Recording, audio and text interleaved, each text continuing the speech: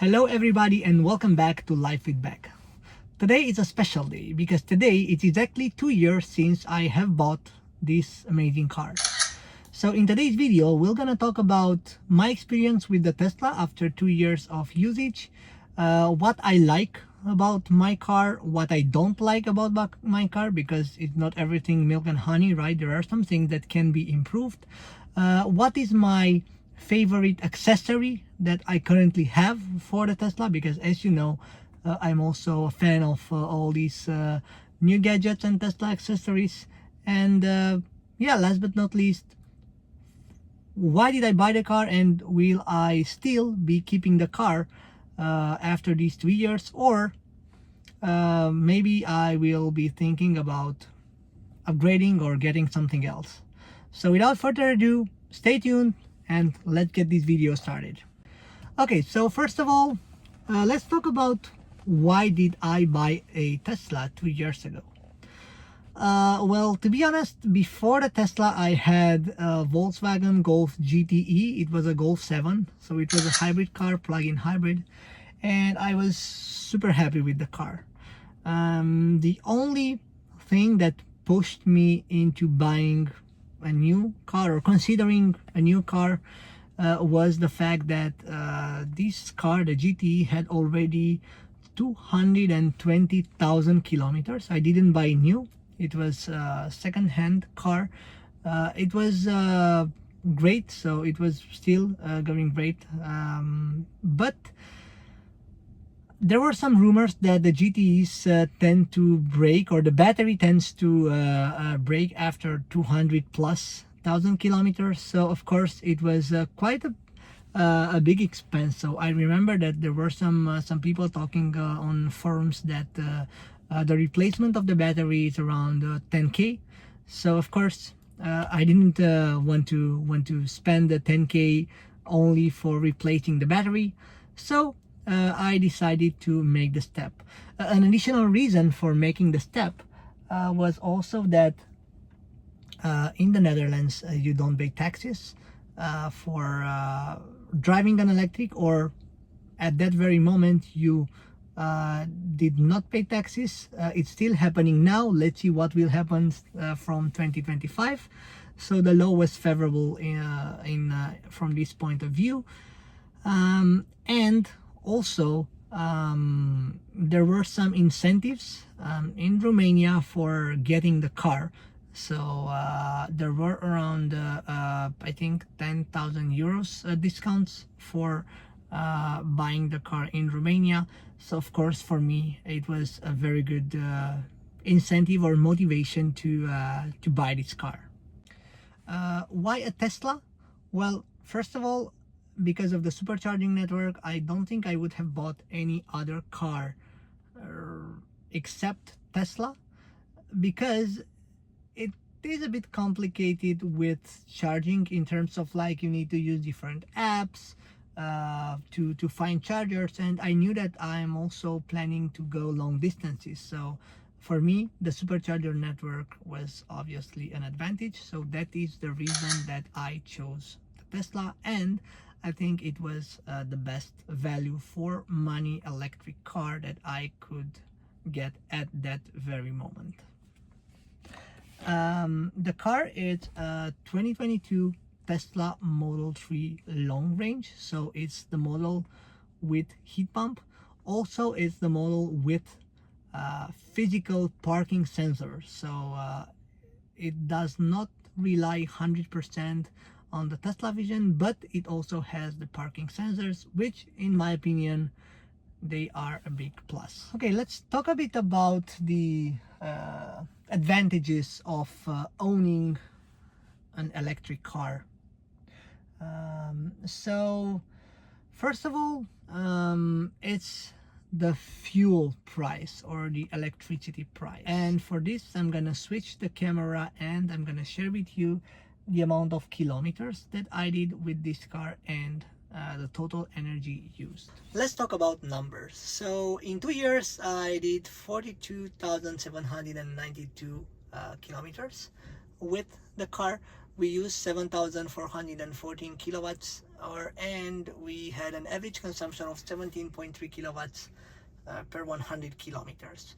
To be honest, I wasn't used with driving that much before owning the Tesla, but truth to be said, this car really drives by itself, and it's really easy to do long trips with it, and it's super relaxing due to the autopilot. Let's make a quick calculation of our price that we spent for these 42,000 kilometers. So with an average consumption of 17.3, as it's mentioned here on the right, I've considered the kilowatt price of 0.32 euros per kilowatt, which is really a high price. I was generous with the petrol cars when considering this price, because let me show you something. So the price per kilowatt in the Netherlands, it's super cheap. Now it's 0.22. And also the charging stations here, the public charging stations, until the beginning of this year, the price for charging was 0.32. Now it went up a bit. Also keep in mind that in the first year I mostly charged for free at the superchargers when going to Romania, so I'm being generous with the petrol cars here. But let's consider 0.32 euros per kilowatt as an average price. So if we multiply 17.3 with 0.32 euros per kilowatt, we will reach to a cost of 5.5 euros per 100 kilometers. With a petrol car, let's say a petrol car that maybe uses around 7 liters per 100 kilometers.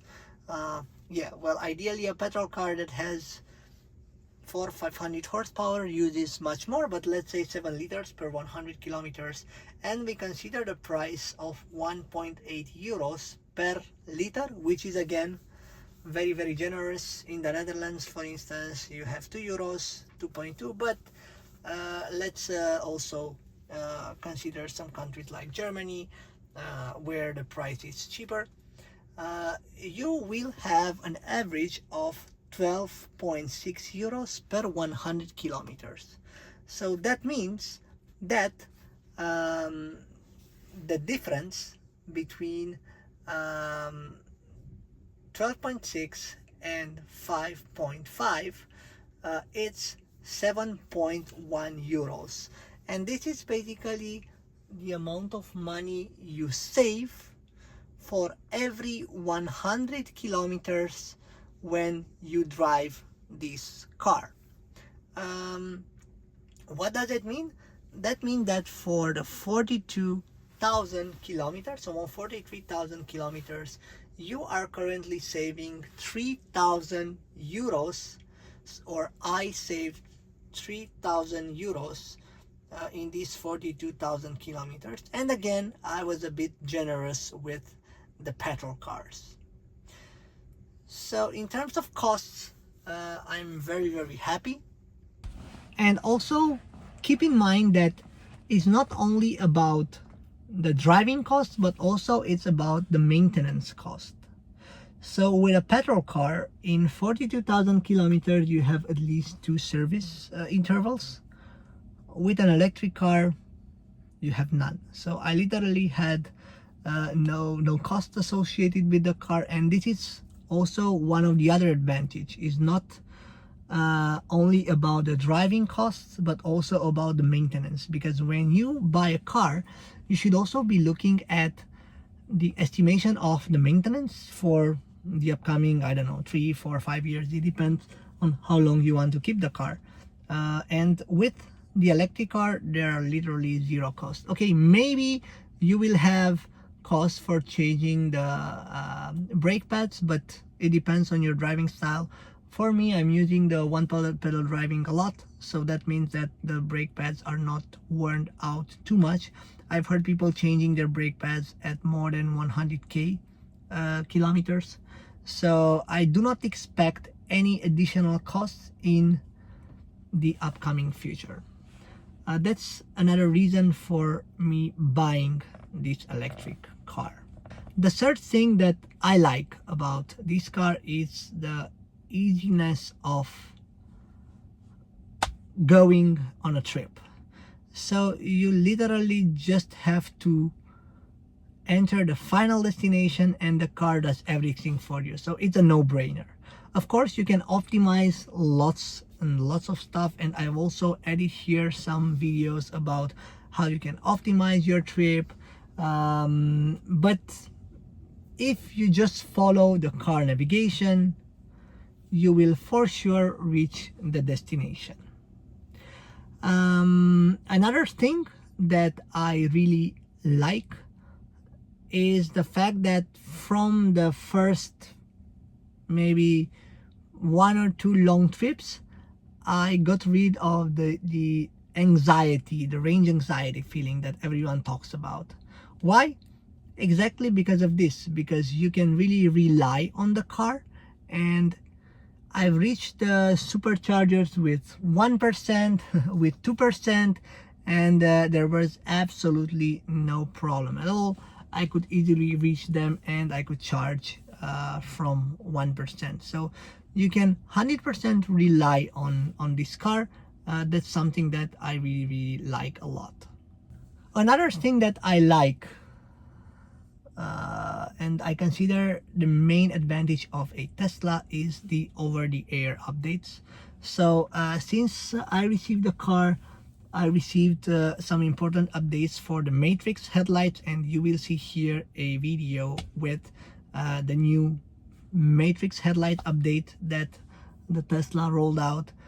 Also, the other person that bought the car before I did, they also received this heated seats for the back seats part. So the car becomes better and better with every update, which I like a lot, and it's something that you don't see too often when comparing it with other automakers. Besides the updates, you also have a super intuitive app. It's the Tesla app, of course. And another pro that I think it's quite big for this car, I actually realized it when I was in a trip and I had a rented car.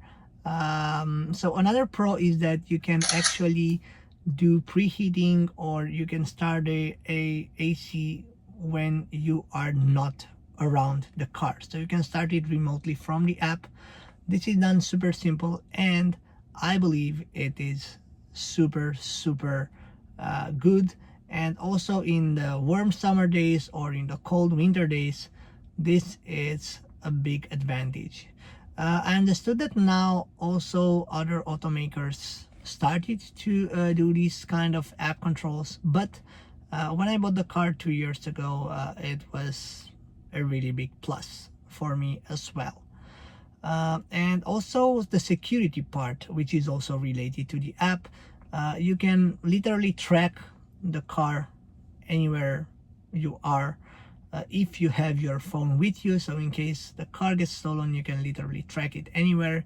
And if you are not close to the car and you really need someone to move your car, or you need something from the car, you can lock or unlock it from your app, and someone can actually move the car in case of an emergency, which I think is another plus. I like the fact that the car is super spacious, so you don't really feel it when you first go in the car, but I felt it when I had to go on a road trip. So you have the trunk and you have we have the trunk and also the secret trunk, right? So below the main trunk, It's super spacious. You have plenty of space to use, and also the compartments, the storage compartments are smart, especially the fact that due to the fact that you don't have a central steering column, right? So all this space can be used to store stuff.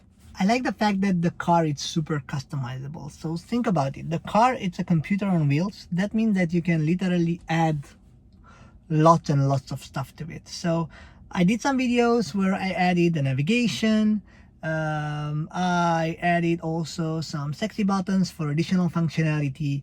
I also added some puddle lights. I'm planning also to do some interior lighting, so stay tuned for that. It's super easy to modify Tesla, and also it is very customizable in terms of materials and things that you can add in the interior. So you can change the trims, you can put some wrap on the center console, so you can really make it yours. That's what I like a lot. Now let's talk a bit about the thing that could be improved on this car, because as I said, it's not only milk and honey, right? So there are definitely some things that can be done differently or that can be improved.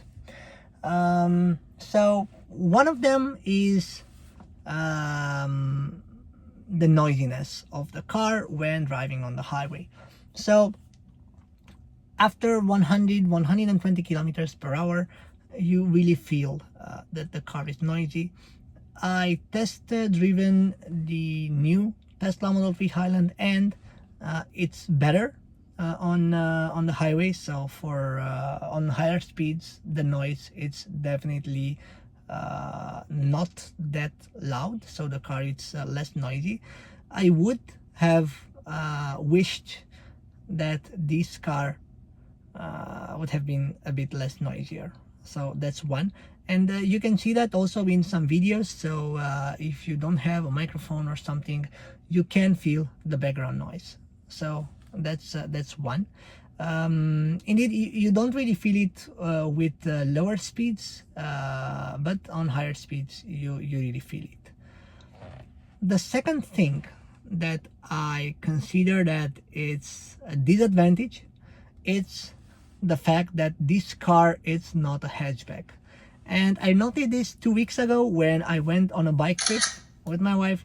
So we literally had to put 2 bikes in the car, and of course we did not have a bike rack, and it was quite tough. We had to unmount the front wheels because this part, it's fixed, right? So you cannot remove it, but hey, that's why Tesla invented the Model Y, right?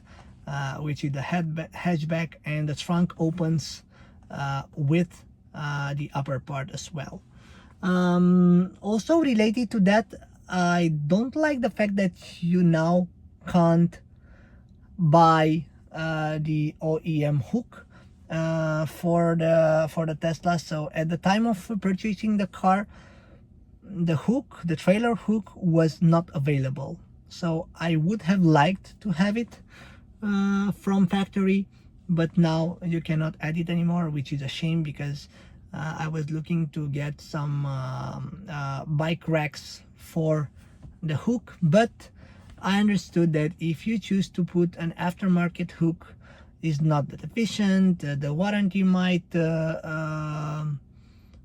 not be valid anymore. So I really regret the fact that Tesla does not offer this option to add the additional hook.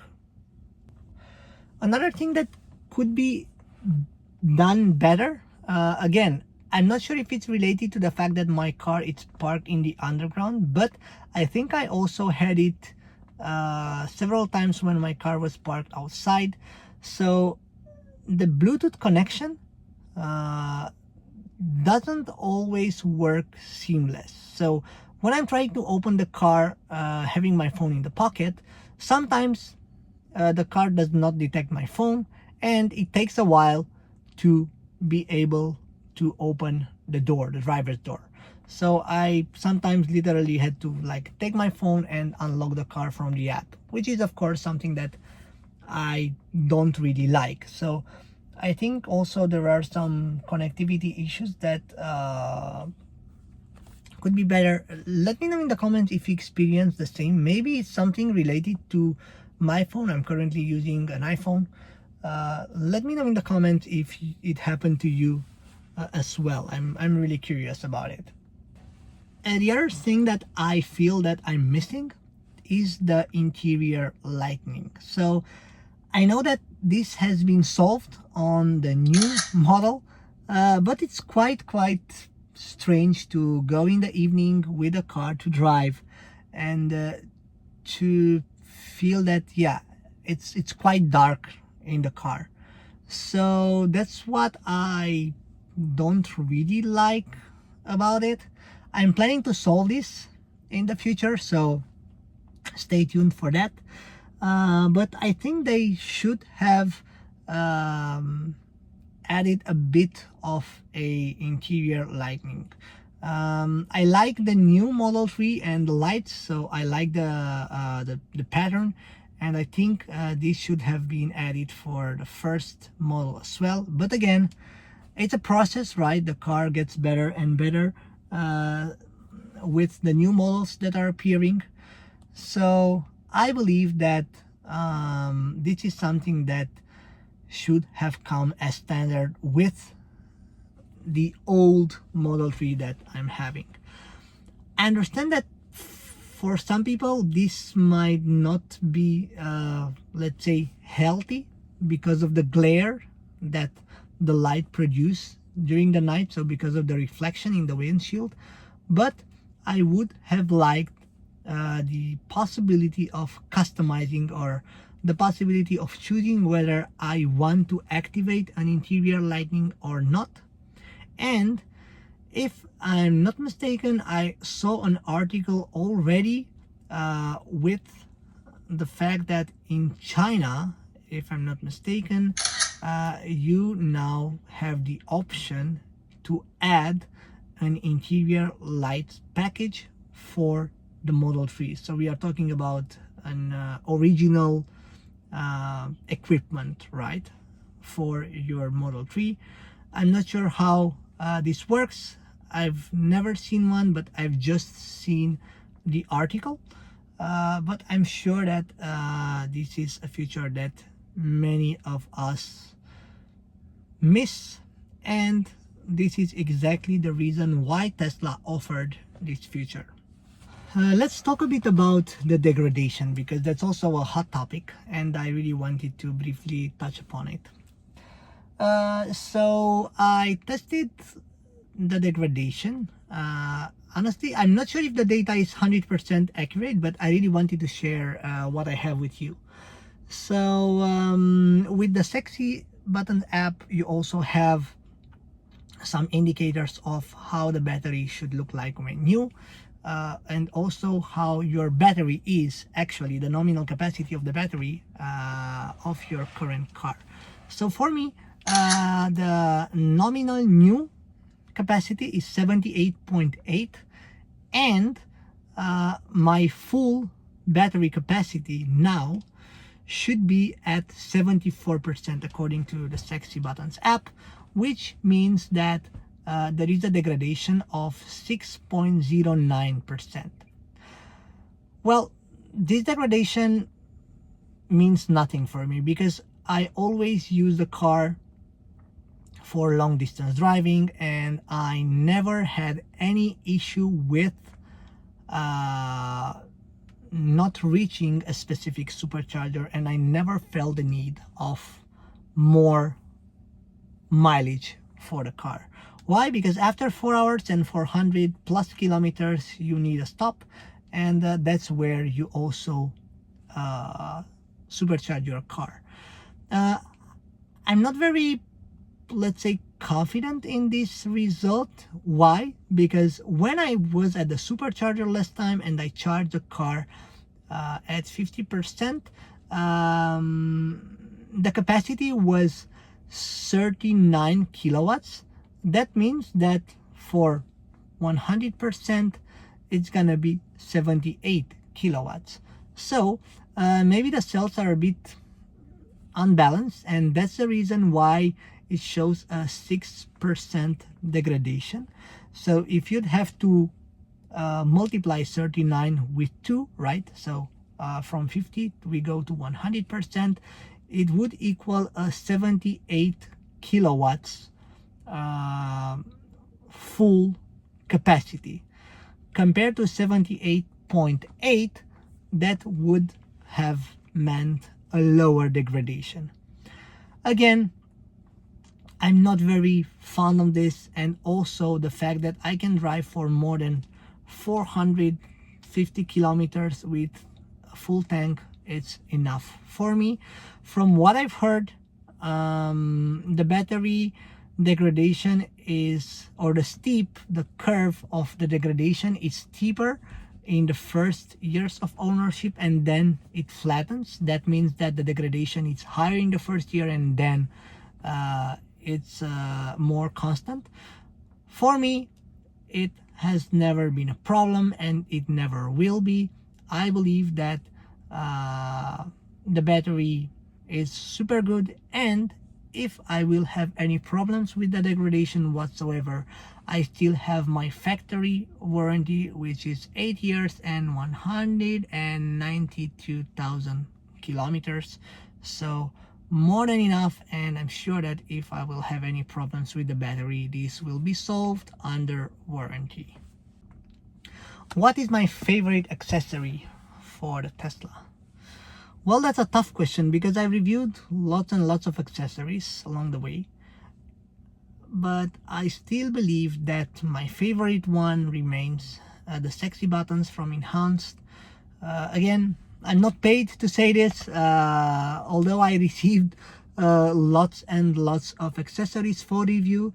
The sexy buttons is not one of them, unfortunately, but I believe that these buttons offer lots and lots of functionalities.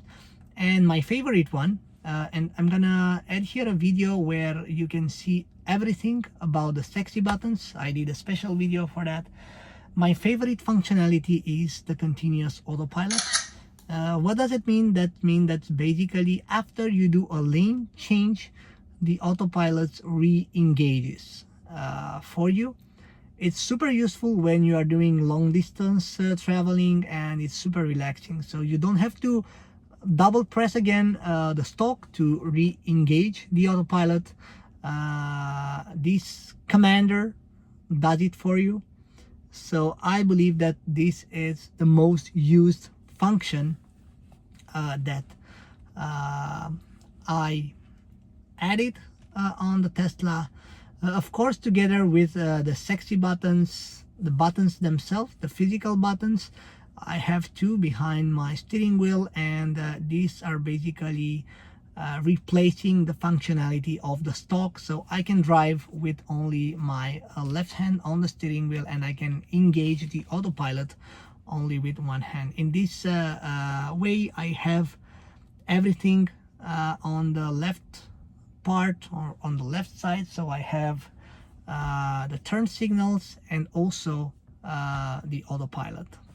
Would I buy the Tesla again in 2022? Would I make the same decision? The answer is yes. I still believe that the Tesla Model 3 that I bought is the best value for money option. I think that for the ones that are not doing such long trips, a standard range is better. But for me, I believe that the long range is the best option. I repeat, for the ones that are not fans of long road trips, I believe that the standard range gives you the same perks that you do with the long range. But for me, the long range is the most suitable ones. I have to say though, in 90% of the time I use the car on chill, because honestly you don't need the whole power all the time. Would I change or would I upgrade this model, would I upgrade to the new one? Well, for the new one, I think the main differences are, and by the way, I will be test driving the new Model 3 and I will do some comparisons, but the main differences from what I know are the ventilated seats and the seats themselves. They are better. The soundproofing, so the insulation is better. The design, of course, but that's a matter of taste, and also the ambient lighting. These would be the differences, and the hardware 4.0 for the cameras. But again, this is not something that you notice, so this is a subtle difference. I don't think it's worth the money, to be honest, so I would wait for a different model or a more consistent upgrade, let's put it that way. Although I like the new design, I don't think that the money difference is worth it. So what I will do, I would either wait for an upgrade or either move to the new Tesla Model S. Alright, thanks everyone for watching. I hope you liked my 2-year review or long-term review video. If you did, click the like button, also hit subscribe and click on the notification bell. In this way you will be the first one to know whenever I'm posting a new video. If you want to buy a Tesla, don't forget to use my referral code down below. This will give both of us benefits. For you it will be 1,000 euros or dollars benefit at the time of creating this video, and for me it's an extra benefit, so I will be receiving some points that I can convert into miles, or I can also buy some accessories with them. In this way you will also help me create some more videos or some more content for you. It will help tremendously, so feel free to use my referral code down below. If you want to buy some Tesla accessories, you can use the website that I have added in the comment section of this video. With the code LIFEWITHBECK, you will have up to 20% discounts on all the accessories of these websites, so feel free to use those as well. Stay tuned, new content is coming soon. I'm also looking forward to test driving some cars in the future, so I'm super excited about that, and see you in my next video.